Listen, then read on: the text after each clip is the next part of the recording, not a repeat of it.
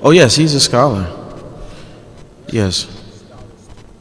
I mean, I don't know. It would depend on the setting, depending on where you saw him. It's possible that the people who were with him were from the ulama. It's possible that he may have been sitting in a gathering of the umara, which are the governors, right, or the members of the shura. It would all really depend, because he's a prominent figure and he goes to a lot of different places. So where you saw him, it could have been in a sitting where the major scholars were sitting there. It could have been in a sitting where he was sitting with the people in charge of the government. So that's all possible as well. Allahu Alam.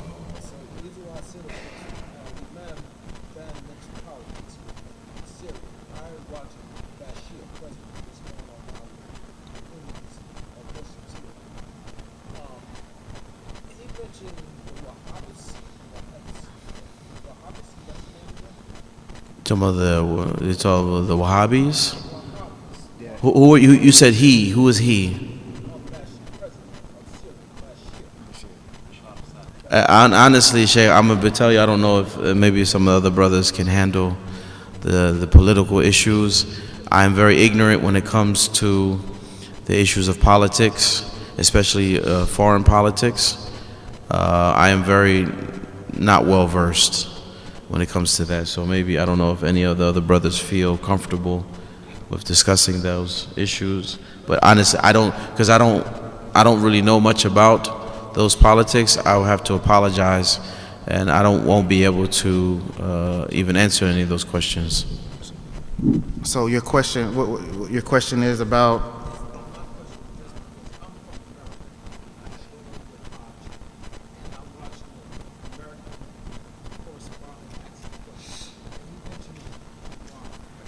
Okay, let's do it this way. He mentioned, Brashir said about the Wahhabis, and I know that the Grand Mufti is a descendant of that, sitting with the people, guardian of the custodians of the masjid.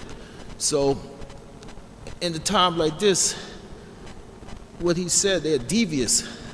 And I know that I look up the studies I was doing on the Grand Mufti. I'm pretty sure it seemed like he's over everyone.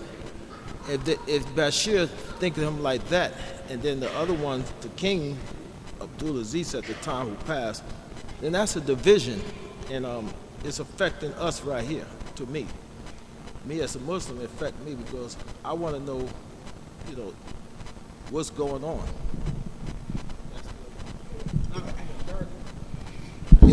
Okay, I think, huh? I think we're thinking the focus is on the term Wahhabi or Wahhabists. Am I correct? So, and this is something used to differentiate. So,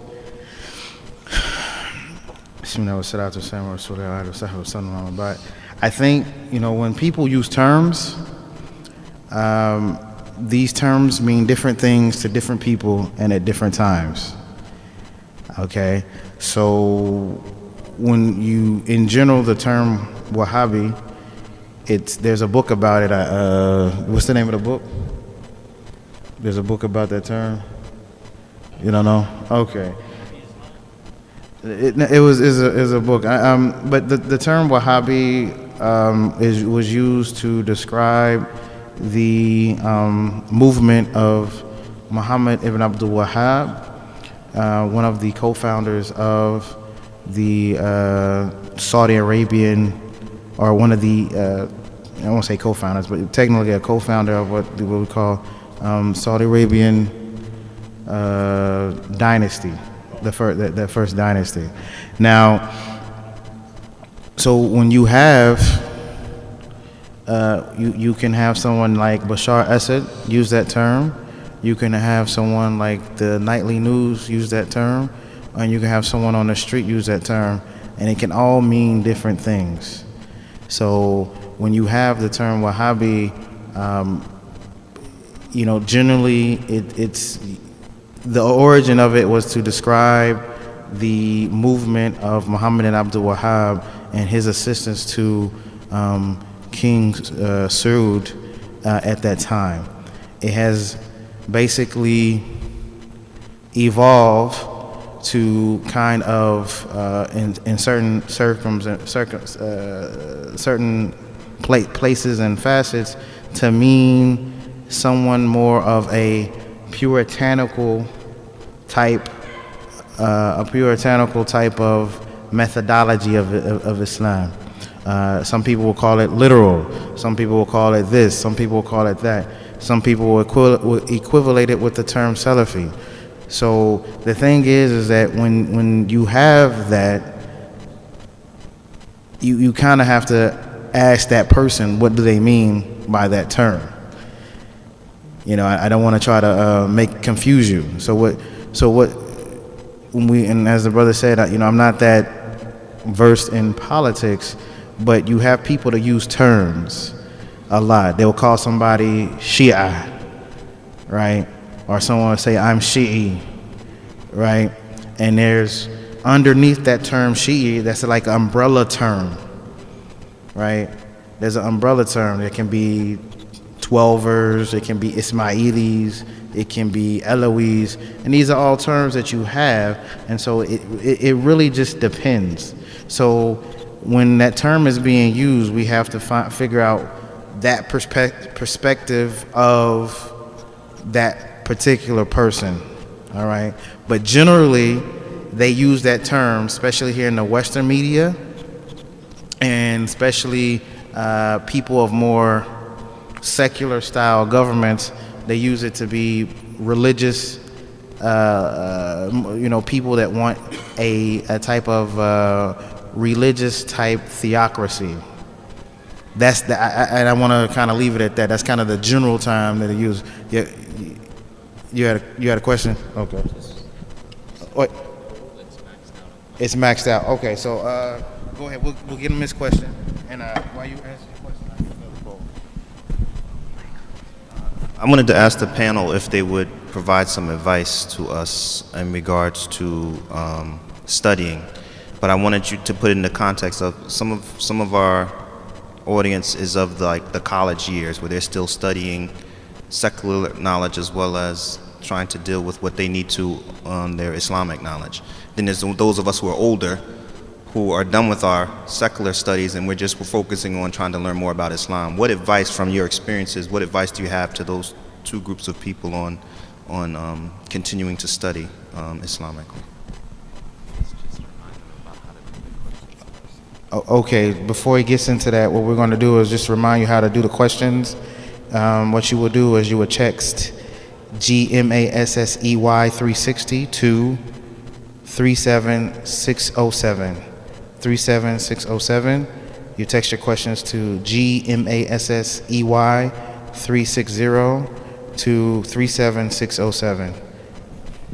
And if you text it within the last 15-20 minutes or so, please retext because the poll was full.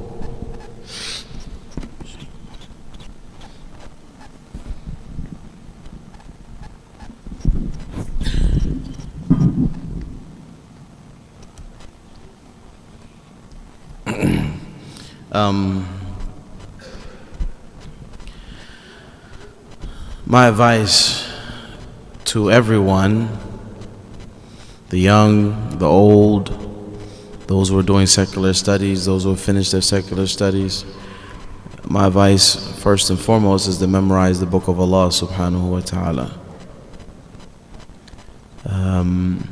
It is very important that each and every one of us spends time with the Quran on a daily basis. For me, in my personal opinion, when a person wakes up for Fajr, after he prays Salatul Fajr, is the best time for him to be with the book of Allah subhanahu wa ta'ala. I know that at 4:30 in the morning, no one has a history class, no one has a calculus class.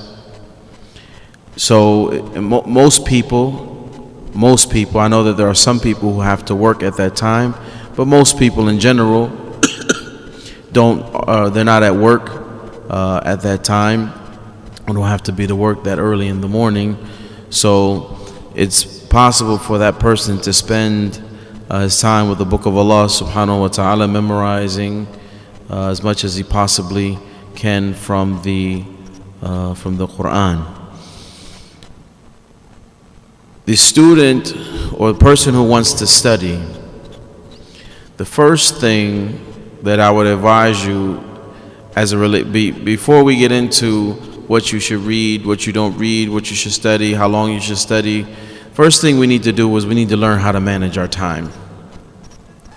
We need to learn how to manage our time. And we need to realize that our time is much more important to us than our money. None of us, I don't know a single person sitting here right now that would take $100 or $50 or $20 or even $10 and throw it up in the garbage. Oh, here's $5. You know, I don't need this. Just throw it in the garbage. Nobody would do that. Even a dollar bill, if you looked in your pocket and you found a dollar bill in your pocket, you wouldn't say, oh, what am I going to do with this? And you throw it away. You wouldn't do that. But what if you did do that? You can go and get your dollar bill back. You say, you know what? I made a mistake. Let me go get my dollar back. But what will happen to your hour if you threw that hour away? You can't get it back. So most people, when you talk about studying, especially people who have a job, they work in 40 hours, 50 hours a week, say, I don't have time. So how many hours you work? 40. You don't have time? No, I don't have no time. So okay. How many hours are in a week? What's the answer?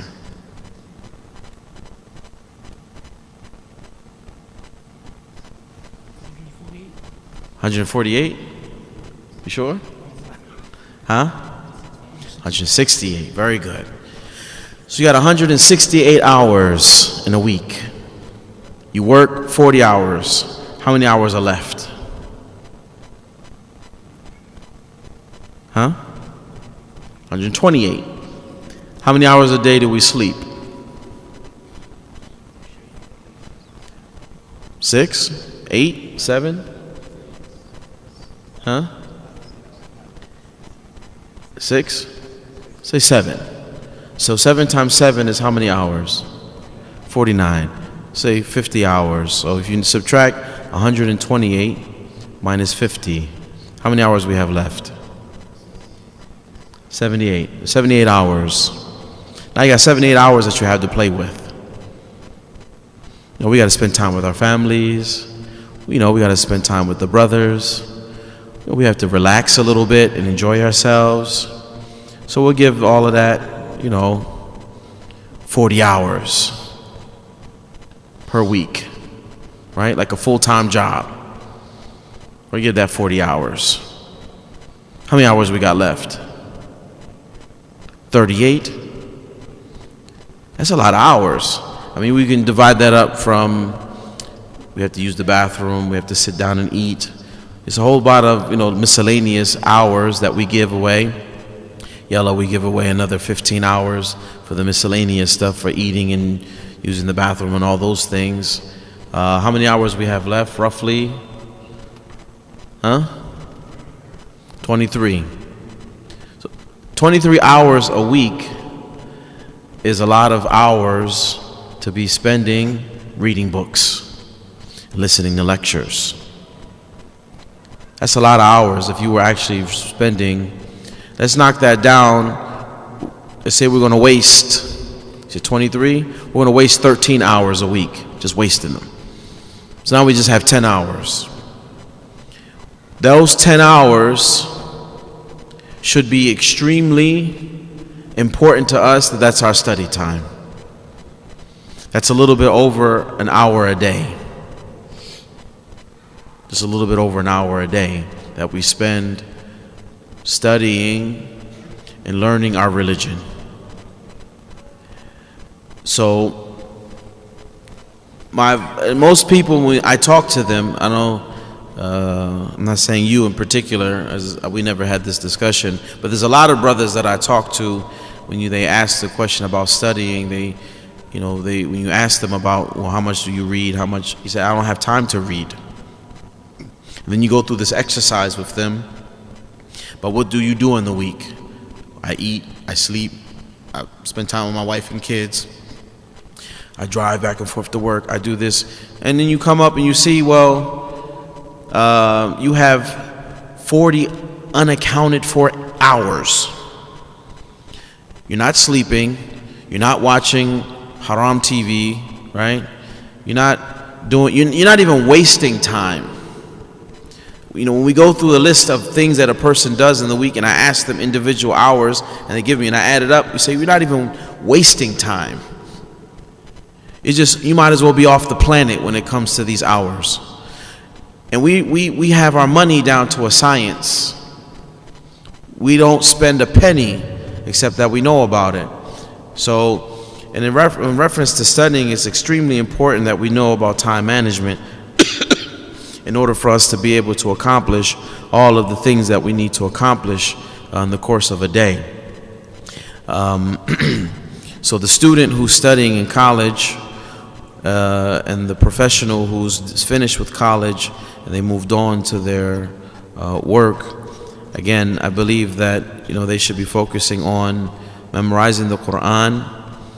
They should be focusing on learning how to manage their time. And with all this new technology, all of the lessons and the lectures, you can be driving to work, listening to a lecture, and then drive back home, listen to the same lecture. You can listen to the one lecture in your car the whole week. By the time the week is over, everything in the lecture you got it memorized, and you didn't even really do much. So we just have to make sure that we're using our time wisely, and we're making an intentional effort to use the time that we have to benefit ourselves, and Allah Azza wa Jalla knows best. Bismillah wa salatu wa salamu ala rasulillah. I just wanted to suggest a book to add to the time that you already don't have to read books. I just want to add another book to that list. I think it's the 7 Habits of Highly Effective People. It gives some real good points on time management. He even offers charts, and it really helps in putting things into perspective, into context. As far as time, as far as what's important and what we need to focus in on. So I strongly suggest, take some time, a couple minutes of the day to look into that book and see what it has to offer in terms of, the importance of things, and also practically putting those important things into practice, into effect. That's all. Study advice, huh? Bismillah ar-Rahman ar-Rahim. The first thing that I would advise anybody who wanted to study more in Islam is, first and foremost, get yourself a copy of the Seerah and read the Seerah over and over and over again. This is going to give you a foundation about Islam in general, and it's also going to help you to stay away from a lot of deviancies that you might get pulled into, because you're going to have something to compare it back to. The second thing would be to find a book, an authentic book on the character of the Muslim, because when anybody wants to study Islam, the Islamic studies can be a little bit dry. Now, when you listen to a lecture, you might say, well, how can it be dry? I mean, those lectures are great, I benefit from them, and there's a lot of iman lifting things that I hear, but what you're listening to is the fruits of those academic studies. And so sometimes when you're studying things such as fiqh or the studies of hadith, they can become a little bit dry after a while, and so you need to make sure that you're giving yourself a spiritual balance in your academic studies and make sure you cultivate that aspect. The last advice I would give to anybody that wanted to further their studies in Islam is pool your money together, find someone who is capable of teaching you the Arabic language, and put your money where your mouth is and learn it. Say enough is enough years have passed, I want to hear what the Imam is saying in Salah, and I want to understand it. I want to hear what the Imam is saying in Taraweeh, and I want to understand it. Because if you came to me and you said, I know the Arabic language now, what should I do? I have enough audio lectures and I have enough books that I can give you that will last you 27 lifetimes. So that is a key to open the door to all of the other aspects of Islamic studies. And so, like I said, pool your money together as a community or as individuals and say, we know this brother in the masjid, he can speak and he can teach us Arabic. Let's tie him down, find a time, we can meet twice a week, get him some books, get ourselves some books, even if we have to download them off the internet, and get them to teach us Arabic. Hold them accountable, just like the brother said. You went overseas, you went and studied. We need what you got. We need what you got because we want to have access. You want to go? We'll go ahead and continue with the, I'll read this question. It says, Assalamu alaikum wa rahmatullahi wa barakatuh. As the mother of 4 sons, what advice would you give to a young male living here in the States? Meaning, would you advise them in this day and time to go and study abroad as each of you have? What type of men were each of you before you left Medina? Aside from mastering what you were taught, what would you tell a young man today of how that experience benefit you as the man you came back to the States as? What age would you suggest a man to go? And that was, I think, 5 questions or so. So we'll take it as the mother of 4 sons. Would you give give advice to a male living here in the States? Would you tell them to go abroad and study?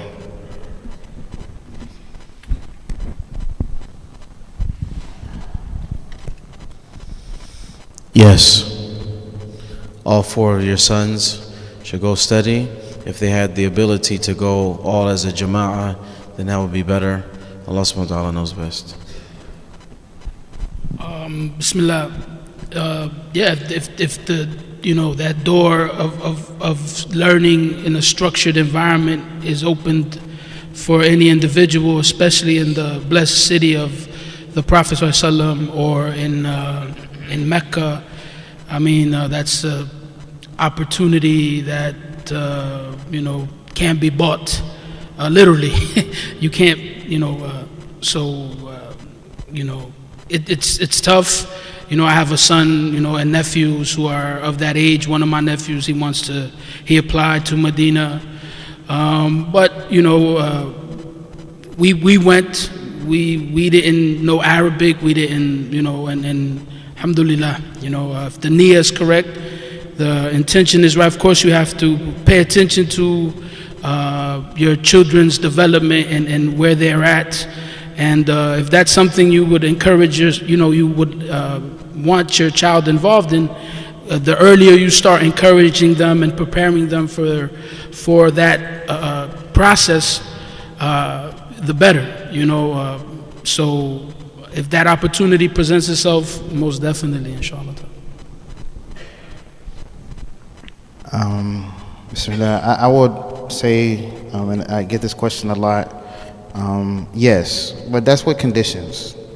And I think that if that's what they want to do, I don't think that if you have 4 sons and maybe you have one that really wants to go, maybe you have one that doesn't want to go.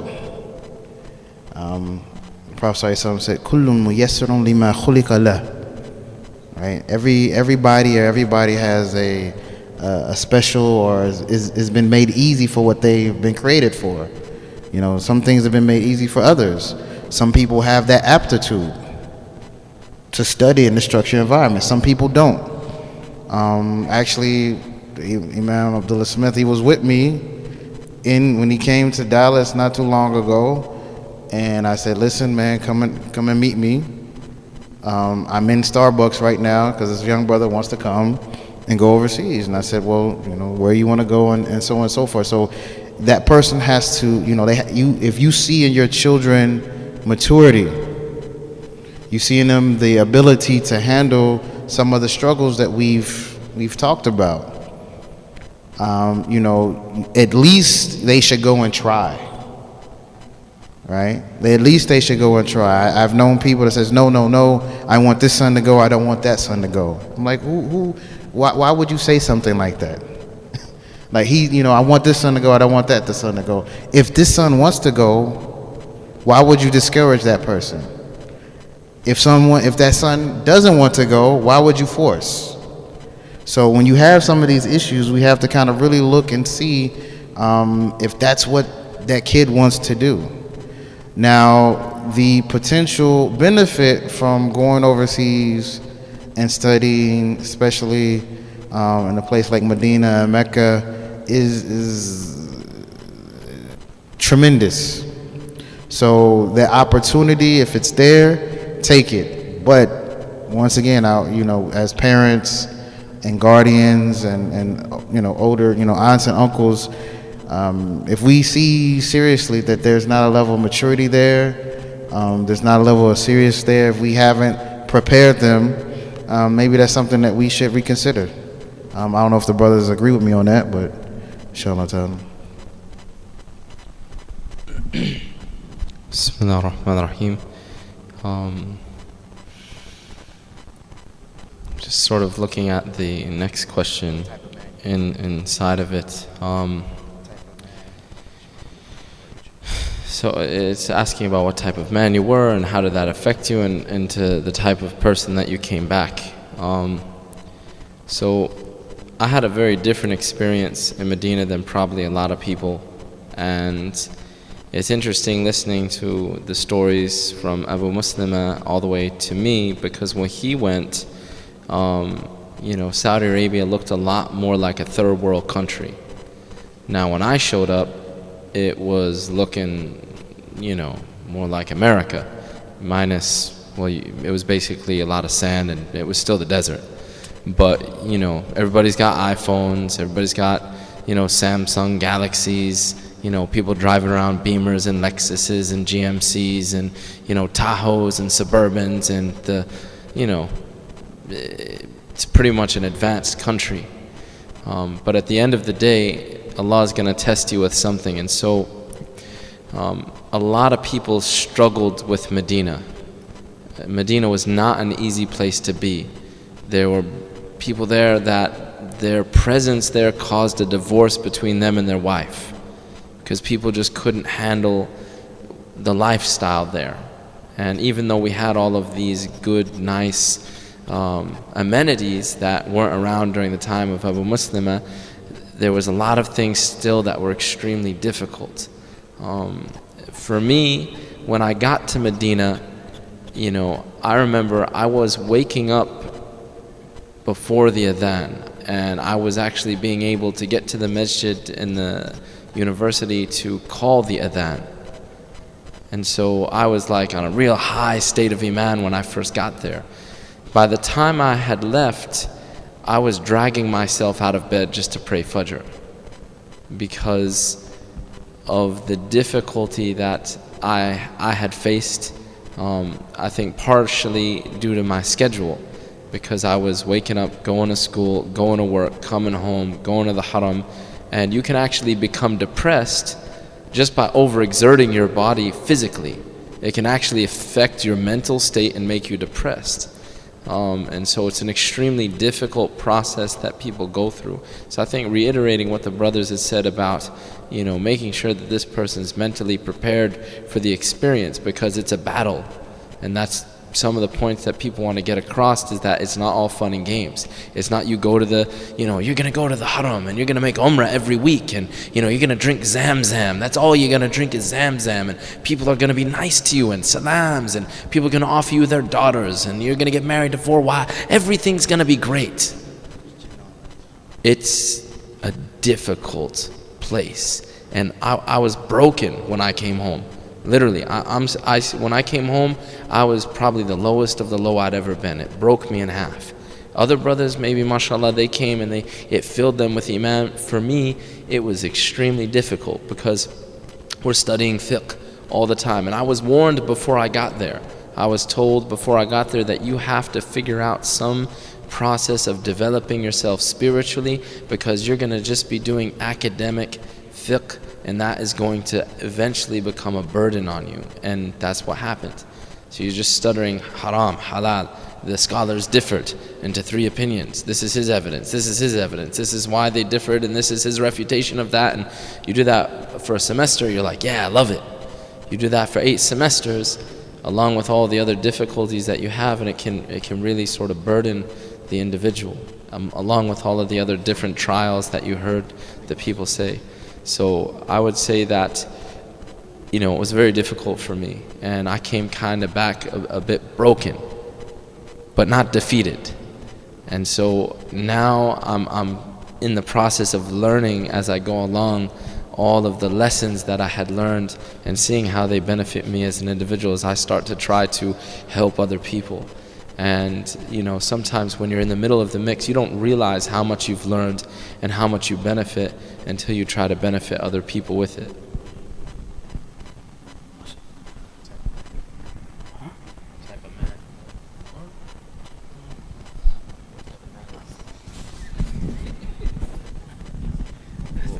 What type of man am I?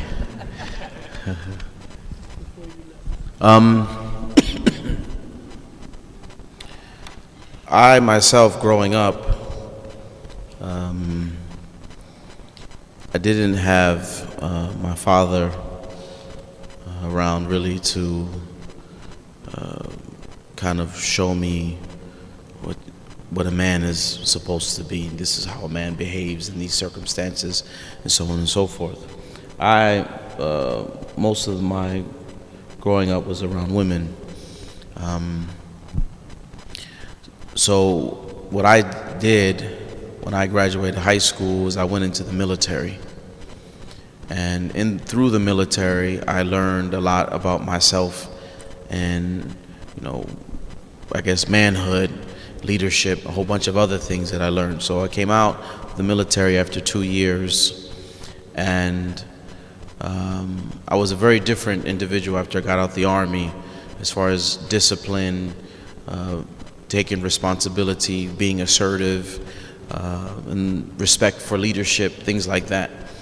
So when I went to the University of Medina, I kind of had a decent foundation as it relates to discipline, because I was in the military. Being in like a military state didn't really bother me. I was used to seeing guns. I was used to seeing people with guns and uniforms and things like that. So one of the things that I wanted to say, from the questions, what it sounds like, and a lot of people think that going to Medina to study is going to make me pious. There's people who believe that I want to be pious, so what do I need to do? I need to go study. I'm going to say that piety is within us. The Prophet ﷺ, he pointed to his chest and said, "At-taqwa hahuna." That piety is here. And it's the piety of the individual that makes him successful while he was studying. It's the sincerity of the individual that makes him successful while he is studying. It is the dedication and his willingness to sacrifice that makes him successful while he is studying. Now, the knowledge that he learns helps develop a desire to want to get more, but the reality of the matter is piety and developing righteous, wholesome young men starts right here. It doesn't start when they land in Medina, it starts right here. And each and every one of us, we have a responsibility. See that young boy right there that's running through the masjid in the orange shirt? You see him? Right there? We all have a responsibility as it relates to that young man. Each and every one of us.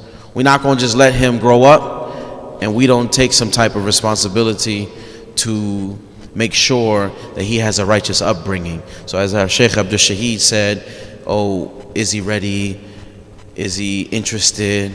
Is he mentally prepared? Now we're going to make sure that he's ready. That way, if he wants to, and that's a decision that he makes, and his mother makes, and his father makes, inshallah ta'ala, we as a jama'ah, we're going to make sure that our young men, that when it comes time for that decision to be made, do I want to go to Medina? It's just an issue of whether I want to do it or not whether or not I'm prepared for it or not.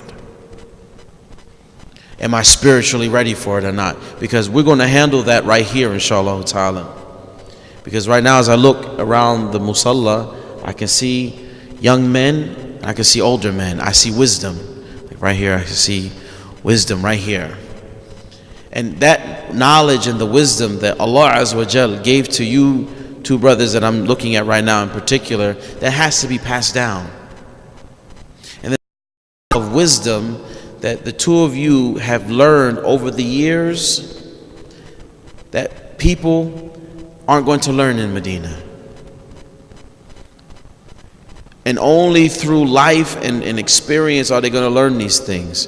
And every person sitting here has some type of life experience that they can pass down to this young man to help him be a better man.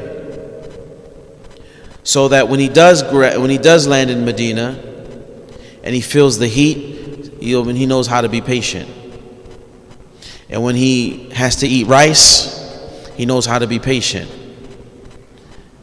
So I'm going to say that piety and righteousness and being an upright individual, it starts here by us as the men of this community taking responsibility for the younger boys of our community, whether they're our sons or not, whether they're our nephews or not. By the mere fact that he's a part of our jama'ah, then we're responsible. So when we see him in the bathroom, we're going to be responsible to look over him. We see him in the masjid, we're going to be responsible, we're going to look out for him. We see him outside at the basketball court, we're going to be responsible, we're going to look out for him. So that's what I have to say about that issue. Allah subhanahu wa ta'ala knows best. Bismillah. I think Sheikh Abu Dahira, may Allah preserve him, said it perfectly, but I feel like I have to say something so my manhood is not in question. but I was a very, very practical person. As Abu Dahira mentioned, I was young, just started learning. I really believed I was 1000% on the sunnah. I was a sheikh before I got to Medina. But I was very practical. What he was talking about earlier, growing up, you have a certain way of solving problems. Real easy. Doesn't take much thought. I'm the big lion here. I'm the lion. This is how we doing it. That's how we solve problems. So just that mental preparing them to come up with solutions and thinking things out, that's very important, and that's something that I've learned, that I'm working on. There's other ways. We have to think, right? We have to prepare ourselves. That's exactly what he's mentioning. Using our brains, developing our spirit. Everything the Sheikh said, is that's what I felt, I was developing and learning more, and especially here too, you have a sense of independency, a sense of freedom. Nobody can say nothing to you. You do what you want. So just making those mental adjustments, and it doesn't weigh that toll. It doesn't have that, what Brother Nick is mentioning, and so just that was me, and that's something I try to give to my son. Don't just look at don't just look at the money. Don't just look at the business. Look at what's going on. Look at the money. Look at how it's flowing, right? Don't just oh, I'm getting the money. Let me get that money, right? You have to broaden it. Look at all the aspects of it. So that's what I felt I developed over there, or helped me to develop over there. And I think it's one of the last questions, if we have one. I think I was one of the younger students when I initially went. There was a brother by the name of Jamil. He was younger than me, and then another brother after me. I think he was like 17. But when I went, I was 19 years old. How old were you? 29? No. Okay. How old were you when you went? 22. How old were you, Sheikh, when you went? 24. He was 26. So when I went, I was 19 years old, and I grew up in Medina. I became Muslim at 16, finished off high school. I worked for a year, then I go to Medina. Like a lot of people from my background, single parent, father not, around sometimes, whatever. But I had to kind of be the man of my house as the oldest male. And there was a lot of things that I had to do, and a lot of things that I as far as responsibility. And my mother, may Allah guide her to Islam,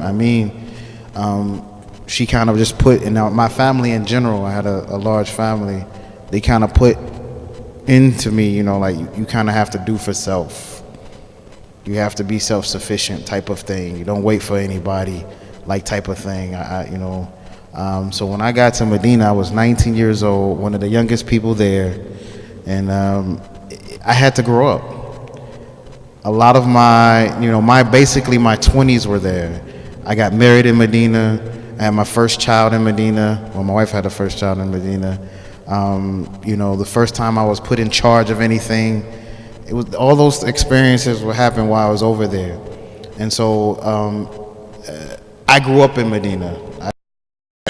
I don't want to say I became a man there, but I learned a lot of different things, as Nick alluded to, learning from other students, not just the book stuff, but it was a tremendous thing. But as Abu Dahir, Imam Abdullah said earlier, this kind of was I ready? Was I ready? And so when I got there, there was just nothing for me to, there was no place to go but up for me, kind of. And I was a very independent person. That was my personality. That's what I wanted to do. And so really, it's not really about the age. It's about what's going on. And I had these brothers I didn't know Nick until we got here, but I had these brothers to help me through a lot of issues. Abu Dahir, Omar, everybody that I dealt with for most of my life has always been someone older than me. And so that was just kind of my experience. And so I've always had help. I've always had people supporting and encouraging me. So if that's not there, it may not be beneficial. Just realistically, it may not be beneficial. So when I went, 19 years old, nothing, never been outside the States, barely traveled in America, didn't know anything. right? Didn't know anything. I have a cousin that's Muslim. No. I have a cousin that's Muslim, which is he's closest to me. His father, rahimahullah, was Dr. Saidi Liwaru out of Brooklyn, New York. He wrote a book back in the early '80s called The Muslim Family, I think, Planner or something like this. And so, yeah, but there was not like, hey, we want you to be, we want you to go learn. When I first became Muslim, they're like, okay, yeah, that's a fad. It's like a haircut, like you're gonna change it tomorrow, right? That's when I had hair, right? But when I went overseas, they said, okay, you're gonna go and you're not gonna like it. But I basically went and didn't come back. And so the thing is that, as a young person that didn't have structure so much, like, a typical structure, I've always had help. And I thank Allah subhanahu wa ta'ala for doing that. So that's one of the things that we have to realize is that, is that support system there? You can't just throw someone in the desert, you know what I'm saying? And Allah knows best. Are there any other questions? Yeah. Inshallah, if there's no other questions, we'll end it with there, inshallah. Oh, yeah.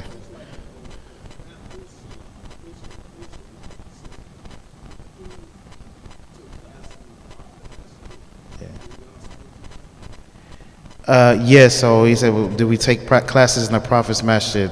And so basically, most every one of us has taken a class in the Prophet's Masjid.